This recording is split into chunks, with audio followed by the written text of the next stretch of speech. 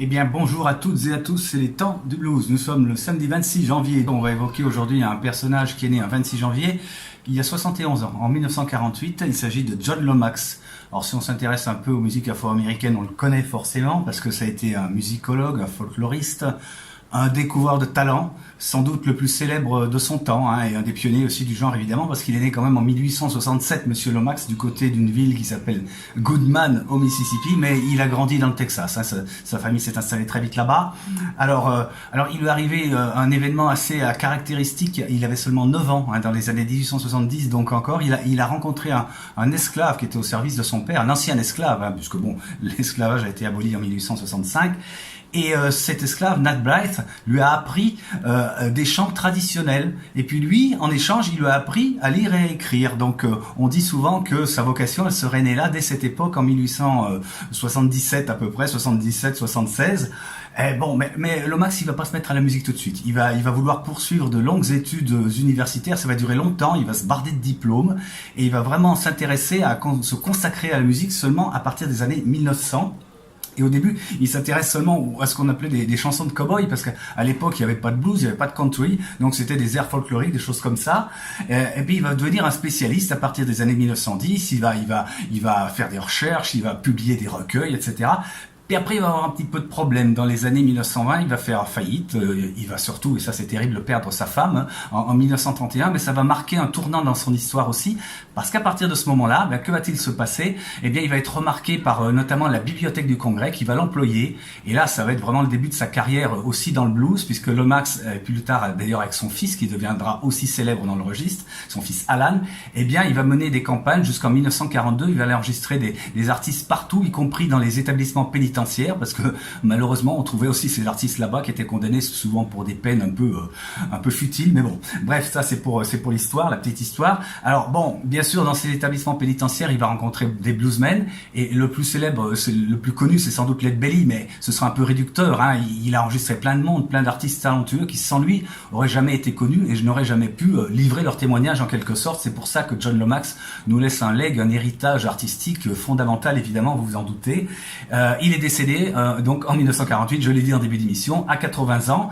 Alors pour illustrer ça musicalement, eh bien j'ai choisi justement des artistes qu'il avait enregistrés pour la première fois dans le registre du blues. C'était en juillet 1933 au pénitencier de Sugarland au Texas. Deux personnages donc qui s'appellent James Ironhead Baker et Moses Clearrock Platt.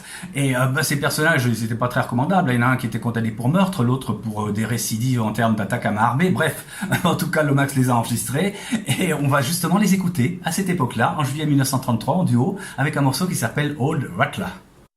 Hey, Rattler, hey, Rattler, yeah, yeah, yeah, Rattler, yeah, Rattler, yeah. Oh, bleed to my soul, it's a nigger gone. Yeah, Rattler, yeah. Bleed to my soul, it's a nigger gone. Yeah, Rattler, yeah. Oh, he went right through the corn. Yeah, Rattler, yeah. I heard old horn blow. Yeah, Rattler, yeah. Go and get the dog man. Yeah, Rattler, yeah. Go and get the dog man. Yeah, Rattler, yeah. Run that nigga to the riverside. Yeah, Rattler, yeah. Run that nigga to the riverside. Yeah, Rattler, yeah. Go and call a Rattler. Yeah, Rattler, yeah. Call a Rattler. Yeah, Rattler, yeah. Oh, Rattler, come yelping. Yeah, Rattler, yeah. Oh, and call a Rattler. Yeah, Rattler, yeah. Oh, Rattler, come yelping. Yeah, Rattler, yeah. Oh, Rattler, come yelping. Yeah, Rattler, yeah. Oh, put that nigga right up that tree. Yeah, Rattler, yeah. Oh, rock and get the three. Yeah, Rattler, oh, it's been so long with the sympathy. Yeah, Rattler, yeah. Oh, run that nigga right, lost his mind. Yeah, Rattler, yeah. Oh, and call a Rattler. Yeah, Rattler, yeah. Oh, and call a Rattler. Yeah, Rattler, yeah. Oh, run that nigga till he went brimstone blind. Here Rattler, here. Oh, across the river to the long leaf pine. Here Rattler, here. Oh, running so far it didn't leave no sign. Here Rattler, here. Oh, the baby here, got the baby there. Here Rattler, here. Oh, bleed some soul, it's a worldly fair. Here Rattler, here. Oh, they didn't allow no black folks there. Here Rattler, here. Oh, trip this time, I'll trip no more. Here Rattler, here. Oh, going to the north where you can't go. Here Rattler, here. Go and ring the sergeant. Here Rattler, here. Go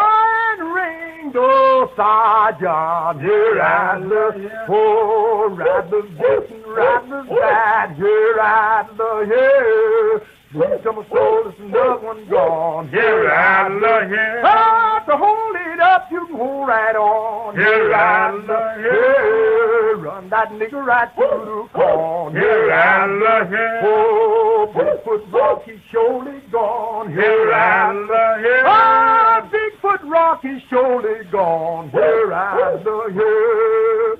Old Rattler, James Baker.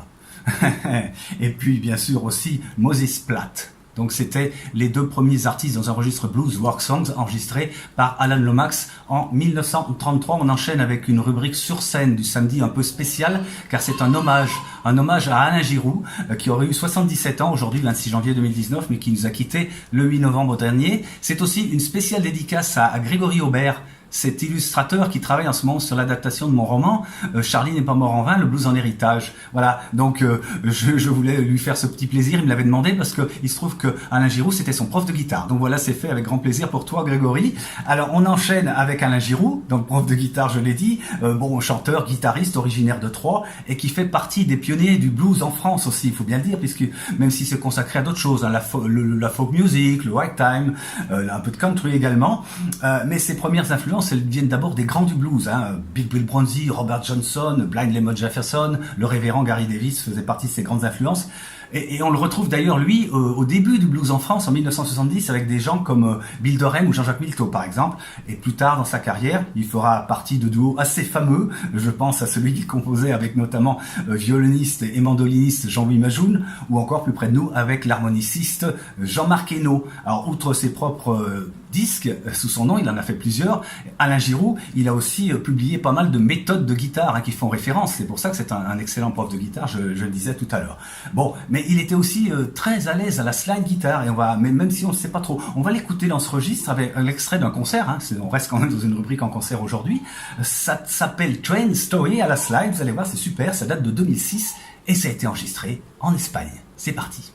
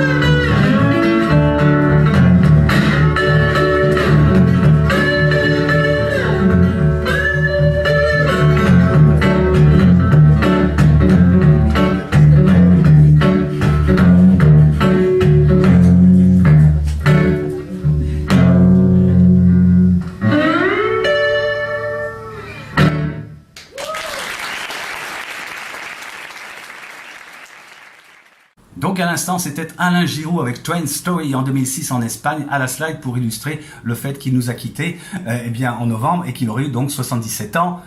Eh bien aujourd'hui, c'est un petit peu dommage, il n'est plus avec nous, mais sa musique reste comme il est convenu de dire. Nous, on va se quitter.